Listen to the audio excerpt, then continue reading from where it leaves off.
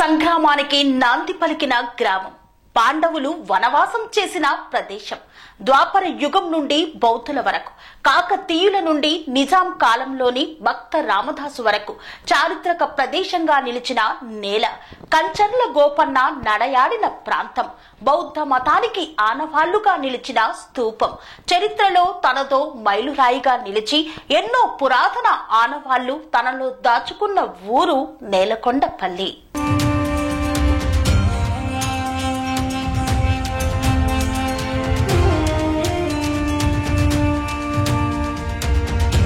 నేలకొండపల్లి మజ్జుగూడెం మధ్య ఈశాన్య దిక్కున బౌద్ధ స్తూపం ఉంది. ఈ స్తూపం చరిత్ర ఎంతో ఘనమైనది. క్రీస్తు శకం 2-3వ శతాబ్దానికి చెందినదిగా బౌద్ధ మతానికి ఇదొక ప్రధాన కేంద్రంగా విరాజిల్లింది. పూర్వం దీనిని ఎర్రదిబ్బ అని పిలిచేవారు. ఎంతో ఘనమైన చారిత్రక ముద్రలు కనుమరుగైపోతున్నాయి. ఎన్నో ఏళ్లుగా అభివృద్ధి జాడుల కోసం ఎదురు చూస్తున్నాయి. నాటి చరిత్రకు నేడు సాక్షిగా నిలిచిన నేలకొండపల్లి బౌద్ధ స్తూప విశేషాలను ఇప్పుడు తెలుసుకుందాం.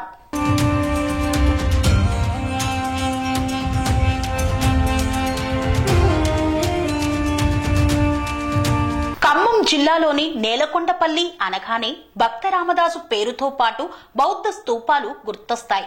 దక్షిణ భారతదేశంలోని అతిపెద్ద బౌద్ధ స్తూపం ఇక్కడి తవ్వకాల్లో బయటపడింది. ప్రాచీన ఆనవాళ్లకు ఖమ్మం జిల్లా నేలకొండపల్లి కేంద్రంగా మారింది. 2వ శతాబ్దంలో కట్టిన కట్టడాలు నేటికి చెక్కు చెదరకుండా ఉన్నాయి. నేలకొండపల్లి సమీపంలో ఉన్న బౌద్ధ స్తూపాలను 1970లో పురావస్తు శాఖ అధికారులు పరిశోధనలు సాగించారు. పశ్చిమ చాళుక్యులు, తూర్పు చాళుక్యుల కాలంలో బౌద్ధ మతానికి చెందిన వారు ఇక్కడ ధ్యానం చేసుకునేందుకు వీలుగా స్తూపాన్ని నిర్మించినట్లు ఆనవాళ్లు ఉన్నాయి.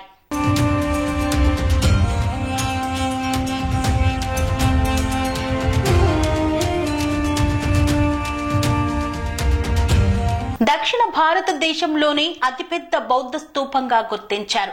దీంతో పాటు ఇక్కడ తవ్వకాల్లో 3వ శతాబ్దం నాటి నాణేలు, అప్పటి నిర్మాణ శైలిని గుర్తించారు.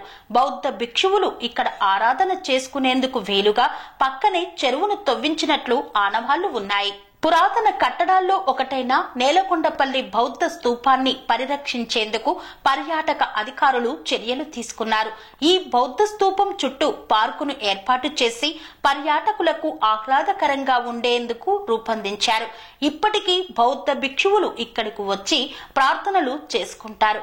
2వ శతాబ్దం నాటి ఈ కట్టడాన్ని చూసేందుకు అనేక ప్రాంతాల నుండి పర్యాటకులు తరలి వస్తుంటారు.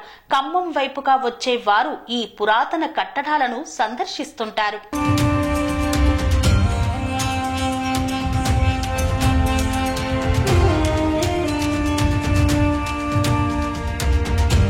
నేలకొండపల్లి అనగానే గుర్తొచ్చే మరో పేరు భక్త రామదాసు. భక్త రామదాసు భద్రాచలంలో శ్రీరాముడికి గుడి కట్టించిన పరమ భక్తుడు రామదాసు.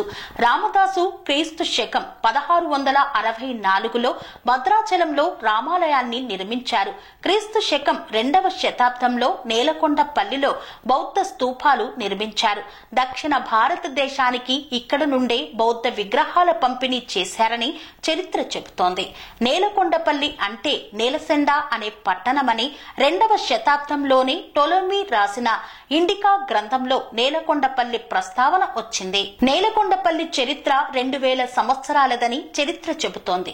పాండవులు 12 ఏళ్ల వనవాసం తర్వాత అజ్ఞాతవాసం కోసం ఉత్తర భారతం నుండి దక్షిణ భారత ప్రాంతానికి వచ్చారని, ఖమ్మం జిల్లా నేలకొండపల్లి వద్ద విరాటరాజు రాజ్యం ఉండేదని అంటుంటారు.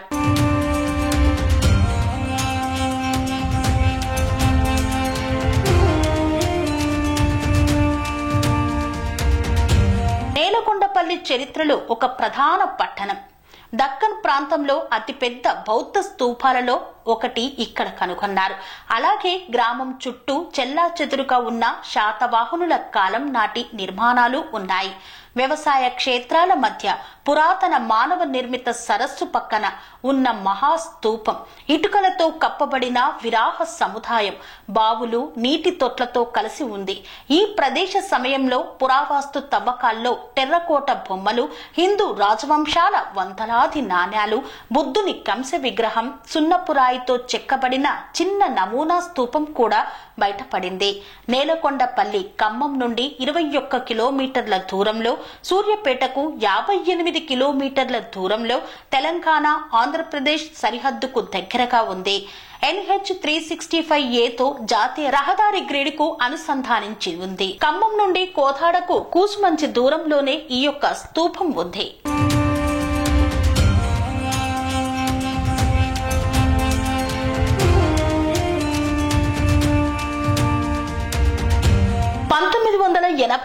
లో పురావస్తు శాఖ వారు జరిపిన తవ్వకాల్లో ప్రస్తుతం ఉన్న బౌద్ధ స్తూపం వెలుగులోకి వచ్చింది.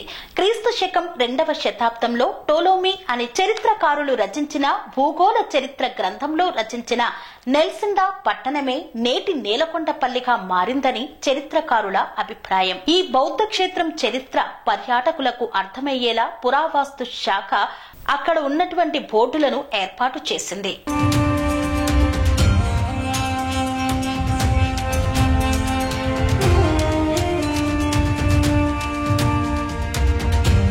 బౌద్ధ స్తూపాన్ని మంచి పర్యాటక క్షేత్రంగా తీర్చిదిద్దాలనే లక్ష్యంతో కేంద్ర ప్రభుత్వం 2009లో విడుదల చేసిన 1,26,00,000తో అభివృద్ధి పనులను చేపట్టారు. బౌద్ధ స్తూపంతో పాటు ఫెన్సింగ్, పార్కును ఏర్పాటు చేశారు. దక్షిణ భారతదేశంలోకెల్లా అతిపెద్ద బౌద్ధ క్షేత్రాన్ని చూసేందుకు విదేశాల నుండి పెద్ద సంఖ్యలో పర్యాటకులు వస్తుంటారు. ముఖ్యంగా చైనా, జపాన్ దేశాల నుండి పర్యాటకులు ఎక్కువగా వస్తారు. ప్రభుత్వం స్పందించి మరిన్ని నిధులు అందిస్తే నేలకొండపల్లి బౌద్ధ స్తూపాన్ని పర్యాటక క్షేత్రంగా తీర్చిదిద్దవచ్చని ప్రజలు పేర్కొంటున్నారు.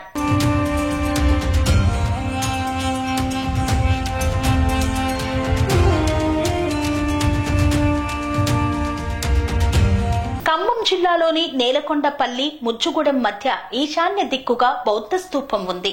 ఈ స్తూపం చరిత్ర ఎంతో ఘనమైనది.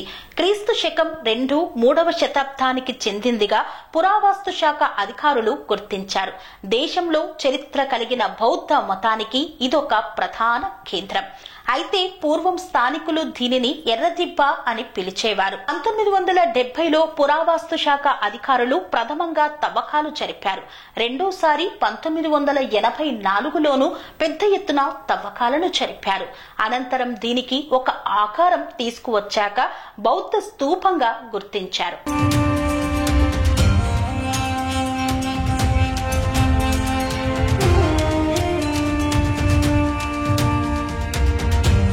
ఈ స్తూపానికి మొత్తం 12 ఎకరాల స్థలం ఉంది. ఇక్కడి తవ్వకాల్లో బుద్ధుని పాలరాతి విగ్రహాలు, మన్యయ పాత్రలు, మట్టి పూసలు, ఇష్వాకుల, శాతవాహనుల, విష్ణు కుండనిల కాలం నాటి నాణ్యాలు, బుద్ధుని పద్మాసనం, పంచలోహ విగ్రహాలు అనేకం బయటపడ్డాయి. వీటిని పురావస్తు శాఖ అధికారులు మ్యూజియంలో భద్రపరిచారు. ఈ బౌద్ధ స్తూపాన్ని పోలిన ఒక మినీ స్తూపాన్ని దగ్గరే ఏర్పాటు చేశారు.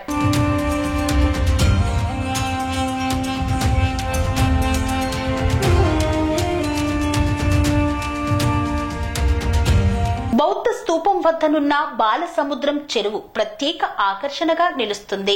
బౌద్ధ క్షేత్రాన్ని ఆనుకొని ఉన్న బాలసముద్రం చెరువు ప్రత్యేక ఆకర్షణగా నిలుస్తుంది. బౌద్ధ క్షేత్రం చుట్టూ తిరిగిన సందర్శకులు కట్టపైకెక్కి చెరువును తిలకిస్తారు. చెరువులో వివిధ రంగులతో పూలు ఆహ్లాదకరంగా ఉంటాయి. దీనిని గమనించిన టూరిజం అధికారులు చెరువులో బోటు షికారుకు కసరత్తు చేస్తున్నారు. ఈ నేపథ్యంలో ప్రభుత్వం పర్యాటక చెరువుగా ఎంపిక చేసి 50 లక్షల నిధులను మంజూరు చేసింది.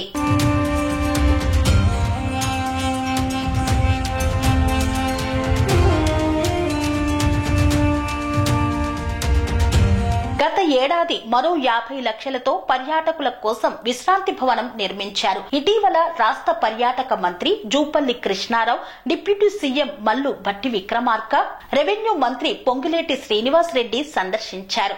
అభివృద్ధి కోసం 2.5 కోట్ల రూపాయలను మంజూరు చేశారు.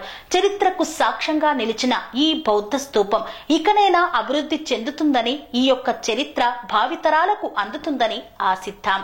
పనేసియా మెరిడియన్ హాస్పిటల్స్ ప్రతి సామాన్యుడికి అందుబాటులో అంతర్జాతీయ వైద్య ప్రమాణాలతో వైద్యం, 24 గంటల అంబులెన్స్ సర్వీసుతో పాటు అత్యవసర సేవలతో ఏర్పాటైన చికిత్సా విభాగం, మా దగ్గర గుండె సంబంధిత, మూత్రపిండ, కాలేయ, కంటి జబ్బులకు, మోకాళ్ల శస్త్రచికిత్సతో పాటు కోవిడ్-19, బ్లాక్ ఫంగస్ వంటి వైరస్లకు, అన్ని రకాల ఆరోగ్య సమస్యలకు నమ్మకమైన అత్యాధునిక వైద్య చికిత్సను అందిస్తున్న హాస్పిటల్ పనేసియా మెరిడియన్ హాస్పిటల్స్. మీ ఆరోగ్య సమస్య ఏదైనా ఇప్పుడు పరిష్కారం సాధ్యం.